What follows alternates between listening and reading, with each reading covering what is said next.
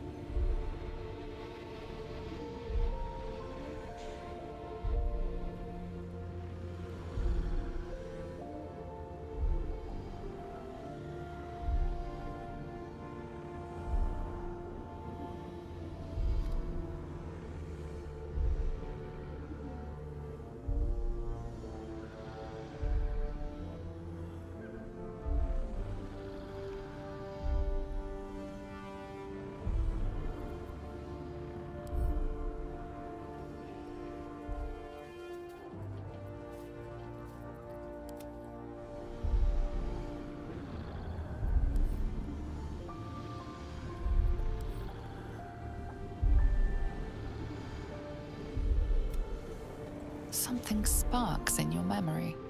Teachings about Selûnite rites of passage, about how they would abandon their children out in the wilds and force them to find their way home. It seems that one child never came back. She was taken. What? Who was that man? You already know. Did you not see yourself in him? Do you not recognize your own blood? My father. That was him. That is him. He lives still. And your mother, too. No. It can't be. I'm an orphan. And who told you that? Your adoptive family? You are not to blame. You were young, impressionable. They took you because they wanted to break and remake you. But you are a child no longer. You are a woman. One who knows what must be done. My parents. I need to save them. I'll help. Your parents are with your abductors. You will need to return to their lair. But be warned. You may have once thought of them as comrades, mentors, friends, even lovers. They will all be enemies now. You have been forewarned for what is to come, but not yet forearmed. The Spear of Night, I thought that was cast into the Shadowfell. I was able to retrieve it before it sank too far into Shah's umbral domain. Shah is quick to discard whatever she has no use for. I think you know that well enough, but I felt it call to me as I took flight. Whatever Shah calls her own, Selûne has equal claim to. They are one and the same. Their power is matched and mirrored. Take it. You will find it useful. What you do with it, that will be up to you. Same as before. I'll need every advantage, it seems. Thank you. A debt repaid. You returned my life unto me. Now go and claim your own. It hurts. Shah torments you still. What a spiteful creature she is. This will not stop until you take action. See that your parents' sacrifices are not in vain. Allow the Moon Maiden to guide you at last. Okay, so we get the Selûnite Spear.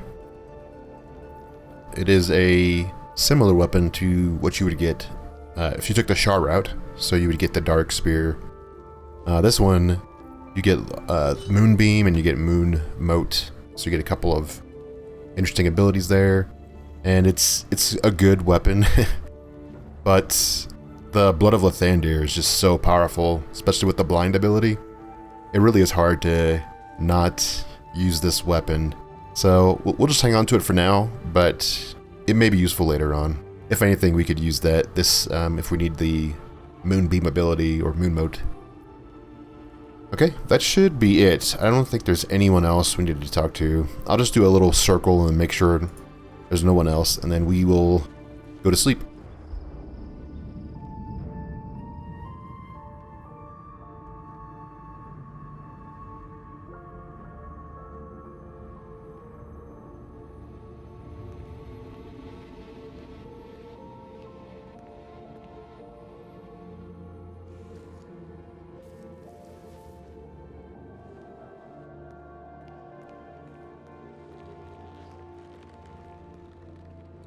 Sergeant, if you are here, I presume Wern's Rock is secure, and preparations for my inauguration are complete.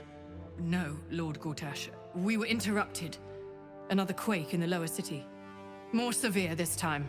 So you came cowering to my chambers? I'm flattered, Sergeant. But even I cannot command natural phenomena to cease. Forgive me, my lord, but there is panic in the streets. The people are afraid. Perhaps the people would be calm if you kept your nerve. I expect better from the Flaming Fist than to run scared from a slight tremor in the earth. Get back to your duties. Duties. Patrolling and saluting and following and bowing and scraping. Yes, sir. No, sir. Rip and cut your throat, sir. Your plan is falling apart, lordling. Give me a reason not to cut you to ribbons. Control yourself, Orin. We need to focus on reuniting the stones or the brain will break free. These quakes are just the start. Neither of us expected the Prism bearers to kill Ketheric. They'll be traveling to the city. Let's make sure we give them a Baldurian welcome. I itch to peel you, to split your skin, to see your skull shine in the light. Little tyrant. Lucky for you, I harvested a whole family of living flesh in Rivington at high sun. They will sate my blade thirst tonight. Oh, but tomorrow, and tomorrow, and tomorrow, and tomorrow, my blades will thirst again.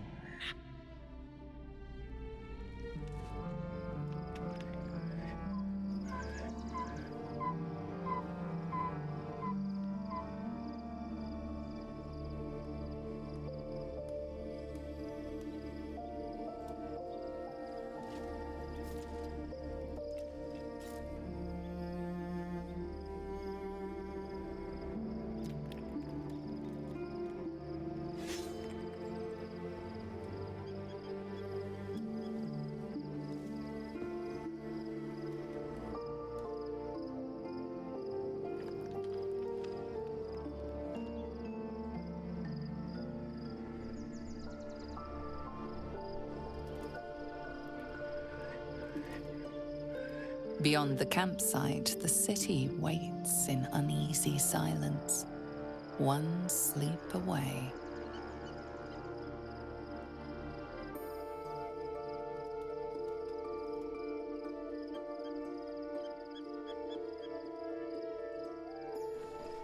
Alright, so we have to do another long rest. And through those cutscenes, we did get a little bit more information. And we saw that Orin and Gortash were fighting because they were losing control of the Elder Brain because they were missing one of the Nether Stones. And this kind of gives us a clue to the future plot of what happens with the Elder Brain. So we are technically in Baldur's Gate now, or like the outskirts of Baldur's Gate. Not in the city proper, but very close to it. And they want us to do a long rest here because there's going to be an event that happens. And I guess we can just pop the campfire thing and get going. So, just before this event happens, it's going to be a long, drawn-out event. So we'll have to see a lot of more dialogue, but it is pretty interesting. It kind of explains who the Protector is and why we have protection against the Elder Brain.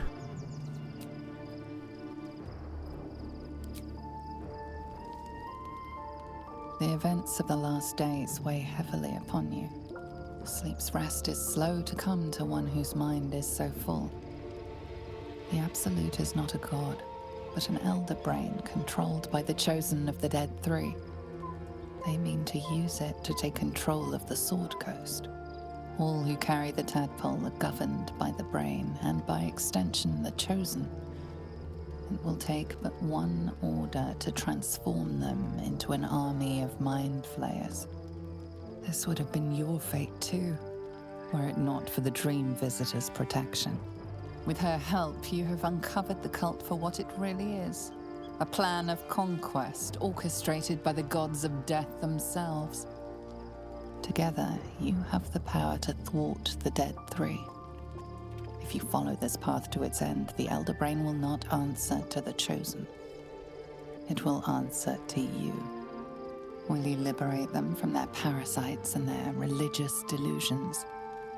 Or will you use the power you gain for your own purposes? When the moment comes, I'll do what feels right. You will not have long to wait. All you need to do now is sleep. But sleep is not for you.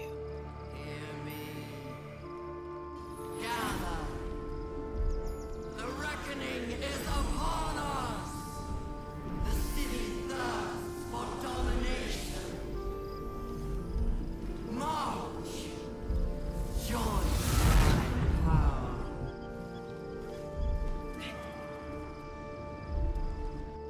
We're under it. Fight your way to the portal. I need your help. Okay, so we are under attack. We're in the rest area. Good thing we have our gear on. So we need to make it to the portal. We have 3 turns to make it. It actually is pretty easy. These guys are Githyanki, but they are special Githyanki. So we will find out more about what their deal is. Let's try to just take them out as quickly as possible. We just need to make it to the portal and we'll be fine. We can probably skip a lot of these, although these guys are, I believe they're all like monks, so they do a lot of attacks. They have a lot of utility as well. So this guy's next. I think we can jump through this area. Yeah. Not enough movement.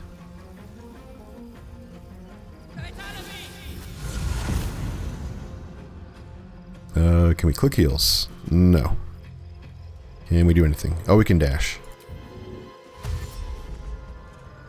Alright, so we just need to make it to this, and then we're kind of done with that.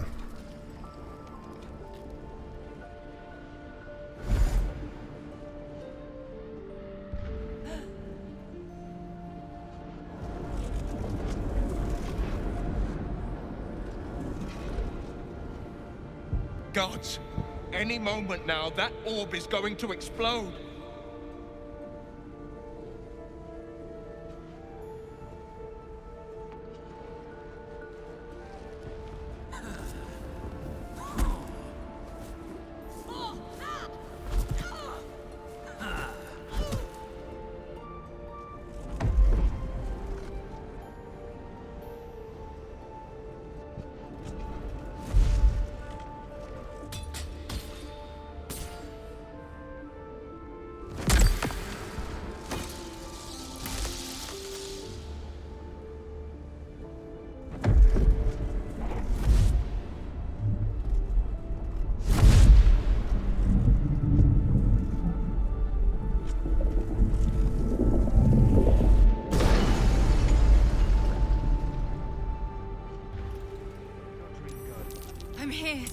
Help me. I'm under attack. Okay, so we have to help the Dream Guardian fight off the Githyanki. And let's see if we can just make it over there. We do have a bunch of friends here. They just wiped out a lot of those guys, didn't they? Let's jump across here. Yeah, it's a little bit of a pain to get everybody over there. Okay, finally my turn. Everyone we take out during this time is one less we have to fight later on at the end.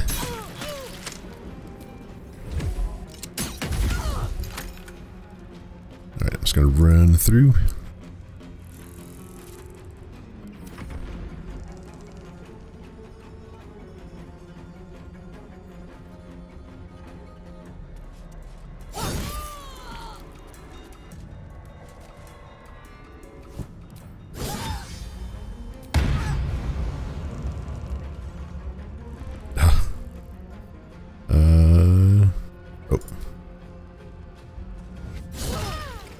It's not over.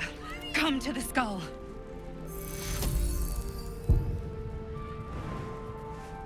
Alright, so we gotta cross here. There's some like stuff in here we can grab. It's not over. Come to the skull. Get an autosave. Hurry. I can't hold them back alone. I'm trying. I really am.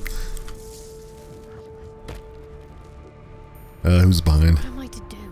Yeah, make sure everybody's get across, because if they're not with us... Oh, missing Karlach. Then it becomes a huge pain. They're gonna be outside of... They're gonna be in combat, but they're gonna be outside of the range. So make sure everybody's like together before you walk forward. Let's get Karlach first, actually. Okay. Was it Mindflayer?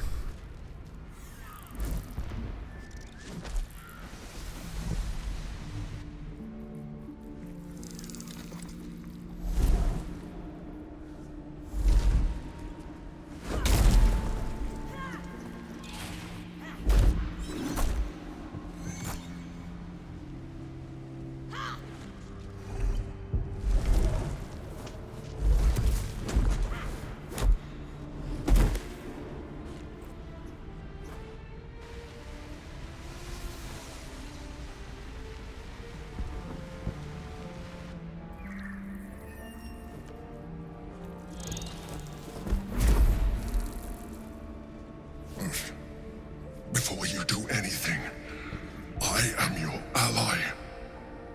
We are in danger. Oh, shit. A Mindflayer. The Githyanki is the source of our protection against the Absolute. I must subdue him, or everything we've worked towards is lost. Don't let my form deceive you. I am the one that's been protecting you.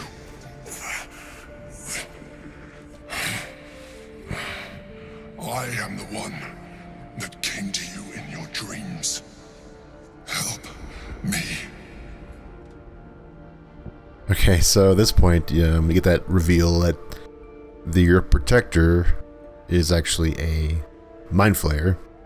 So the person that you picked as a protector, the dream person, is actually the Mindflayer. The Mindflayer is pretending to be that dream person so that they can, help you out and not be, shunned away, because you are technically fighting a group of Mindflayers.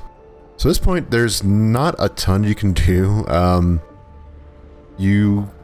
If you help out the Githyanki, the game kind of determines that. So if you are going to help the Githyanki, the game sort of keeps you on track with at least making it to Baldur's Gate. So you can't really derail this. The quickest thing to do is just to go along and say, what do you need me to do? The Honor Guard. Eliminate them. My forces are weakened by their assault, but with your help, we can turn this around. Destroy the Guard. I will subdue their master.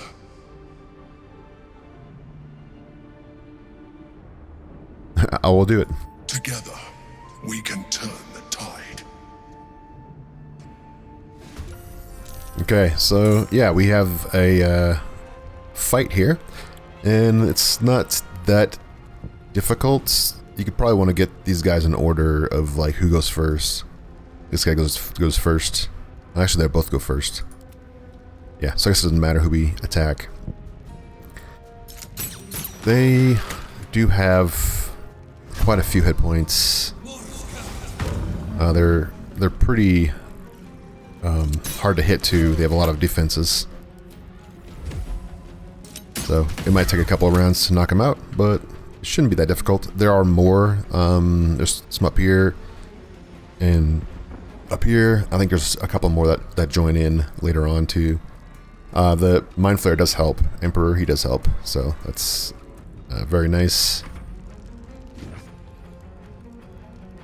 Do we want to save the Intellect Devourer? No.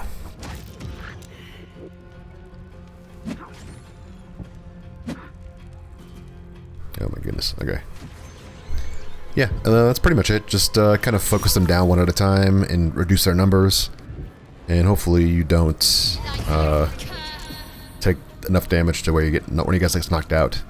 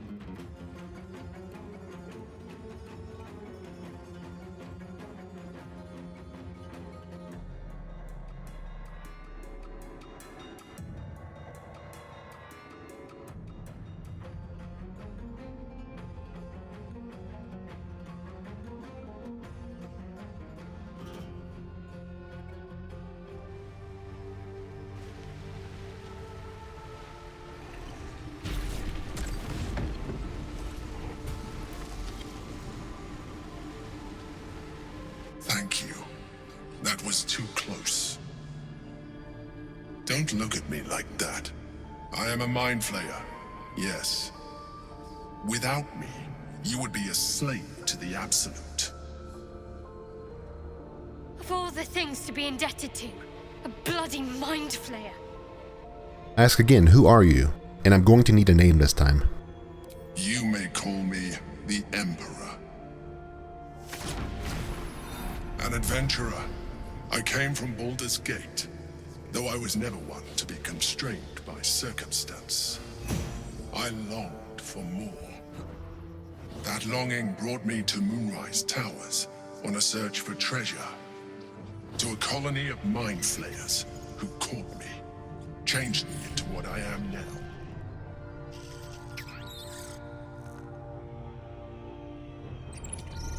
For years, I served the Elder Brain, the one you know as the Absolute. I was a thrall like any other, but I was fortunate. I broke free and started a new life in my old city. I sustained myself on criminals. Unglamorous, but there are plenty of them, rarely missed. And they fueled me while I did my work. I had the good fortune to meet Duke Stelmane. We formed a partnership, and through her, I became the governing force behind the Knights of the Shield, the largest mercantile operation in Baldur's Gate. People referred to me as the Emperor. Such was my influence, though of course they had no idea what I really was. My needs were sated. I was happy for a while, until my true nature was discovered by the tyrant himself, Lord Gortash. He tore me from my home and brought me back to the Brain, where I became a slave once again. A slave he continued to call the Emperor. The name was intended as a slight, to remind me of the heights from which I fell. But I have grown fond of it. It encapsulates well who I've become. Lord Gortash was one of the chosen in the colony? Indeed. His hubris knows no bounds. To enslave me, that was his nature. But to enslave an Elder Brain, a questionable decision. I shall look forward to sharing his downfall with you. So are you going to tell me what that battle was about? We fought to tame Prince Orpheus, the son of Gith herself. His power has been the source of your continued protection against the voice of the Absolute. The power to disrupt hive mind communication. It is the same power that enabled Orpheus's mother to bring about the fall of the Illithid Empire eons ago. A power she passed on to him, and that I leveraged for you. When Orpheus's mother left, a usurper took her place. Vlaakith declared herself queen of the Githyanki. Vlaakith wanted his power, but Orpheus rose against her, and so she sealed him and his honor guard within this prison.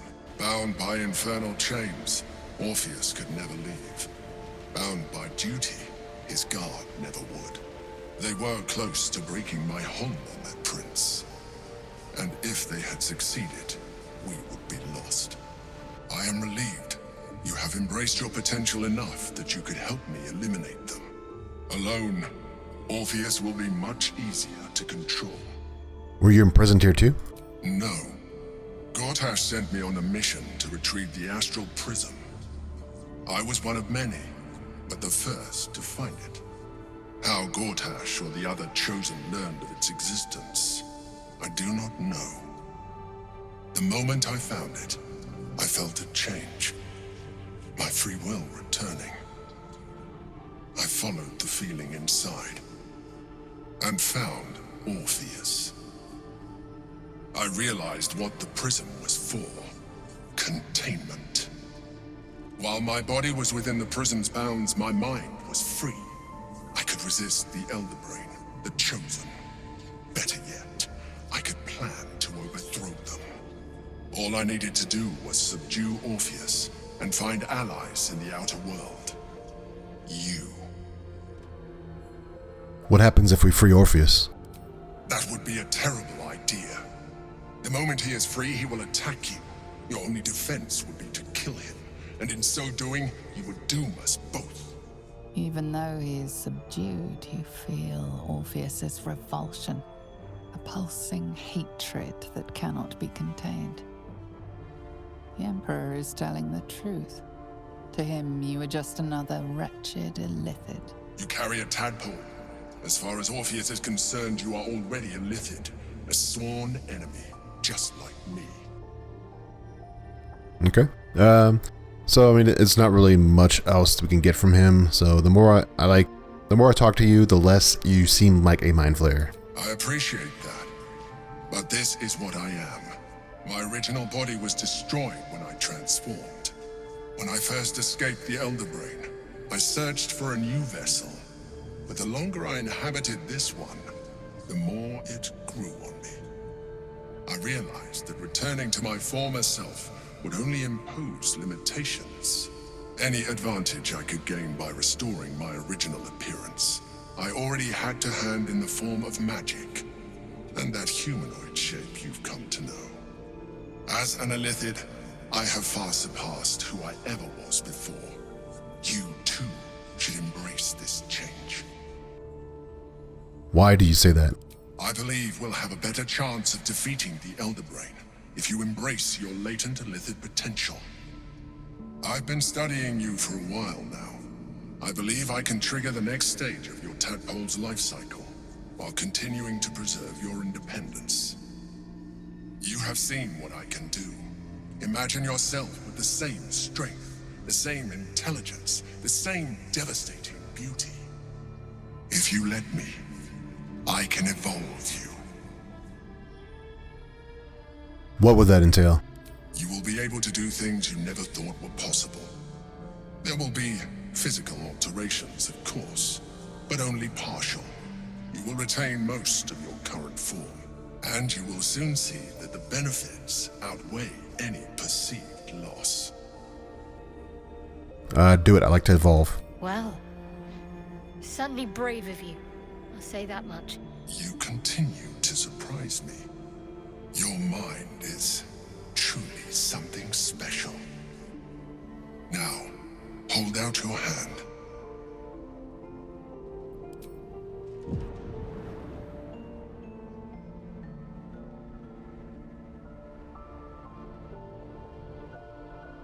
It wants to evolve, but it cannot do so alone. It must commune with another. Okay, so you don't want to eat it. You can open your mind to the tadpole to take it, or you can ask more questions. This is how you unlock the outer ring of your Illithid abilities. So if you want that, this is what you need to do. So open your mind to the tadpole.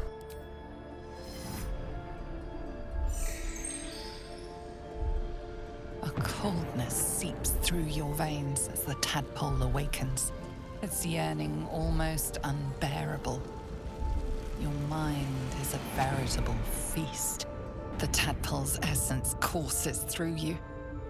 Where it touches, your flesh, glands, organs contract and flood with pure thought. You feel different. Your body has never felt more connected. Your mind present in every flex of a joint or muscle. You are exquisite. When your allies see what you can do, I hope you encourage them to try it for themselves. But we mustn't lose focus. We need to resume our journey. You heard the Chosen. The Brain has gone to the city, and the army marches to follow. We must not let them reach it. We must find the Brain and bring it under our control. Okay, so we did embrace the power of the tadpole, and this unlocks the outer ring. So we have all these extra abilities now, whereas somebody that doesn't have that unlocked, they're still locked behind this thing. So once they eat the tadpole, that will give them the extra abilities to unlock these. We can give it to Karlak, and she can also unlock these as well. So the biggest ones really is you automatically get fly. So you can now fly during battle. It makes combat way easier. You get just a huge amount of movement speed during combat, and you can, traverse areas without having to worry about taking hits. There's also, I mean, these extra powers are so good in what they offer. So for my character, having this Mind Sanctuary where I can kind of switch between actions and bonus actions interchangeably during combat, that's really good because I have extra bonus actions. So you do get a lot of attacks per turn. This does make combat quite a bit easier, so there's still some fights that are pretty tough, even with these abilities added on. So, and I do have 14 of these things to use, so I can unlock quite a bit of this if I wanted to. Alright, so that is going to be it. We did learn more about Orpheus, and if you had Lae'zel in your party, she would not be very happy with the allying with the Mindflayer and having Prince Orpheus still locked up. She'd be really upset about that. She wouldn't leave your party just yet, but later on there will be a decision you have to make that will permanently align you with either the Emperor or with Orpheus. So you have to decide that on your own.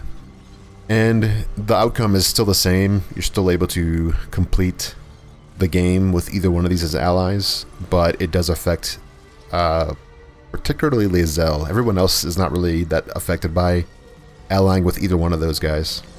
Lae'zel is the only one that really wants you to go one way, which is Prince Orpheus. So yeah, with that said, we did go through quite a bit. So let's head through the portal and then we will wind up back in our camp. Alright, here we are at the camp, and there's still some bodies on the ground we can loot up. There's not a whole lot left. We saw the artifact. We kind of figured out what the artifact was. So that whole discussion with the Emperor kind of uncovered quite a bit of lore and who we've been talking to. And so now, instead of having our protector, we'll be seeing the Emperor. We want to talk with the protector. And if you want someone to join you, all you have to do is just give them this little thing and kind of go through the same dialogue that you went through, where you decide to open your mind to it, and then it will also grant them abilities. So we can give this to Karlach. I don't know if they can automatically just use it. Let me see. This character does not wish to consume tadpoles. Okay, so we'll have to convince them first. So that's kind of part of it. So what we'll do is we'll talk to them and kind of convince them to join us in that section. Anyone who has the tadpole, the advanced tadpole, can ultimately become a Mindflayer eventually. So that keep that in mind, and that's gonna be very important towards the end. All right, so that's it. We're gonna take our long rests, and then we will be ready to go. We must find where Gortash and Orin have established themselves and take their nether stones. Okay, so that's our task, is to go find Gortash and Orin. But we will do that in the next episode. So we did make it to the, what is this place called? I think this is just the outskirts of the city. So we will venture on into that area in the next episode. This episode, we did go through quite a bit. There's a lot of content in between the end of Act 2 and the beginning of Act 3, which is this part right here. We do get a lot of reveals, you get a lot of lore, you get the understanding of who Orin and Gortash are, and you now know who the Emperor is and what is powering the immunity to the Absolute. And there's also, you get access to your full set of moves. So that's going to be hopefully everybody pretty soon. So I'll have to convince them in the next episode. So that's going to be it for this episode. I thank you for watching. I appreciate all the support, and I'll see you in the next one. Goodbye.